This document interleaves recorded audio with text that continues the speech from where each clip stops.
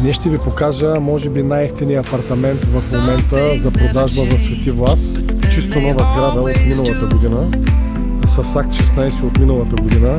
Няма такса поддръжка. 200 метра от пясъка в тази посока.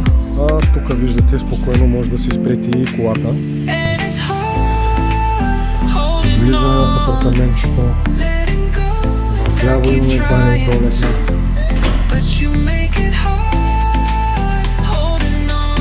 Тук ни е всекидневната, в ляво ми е мястото, което е предвидено за кухня.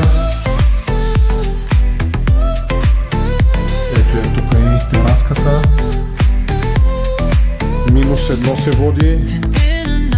Доста голяма стая, между другото. Готово за обзавеждане в жилището.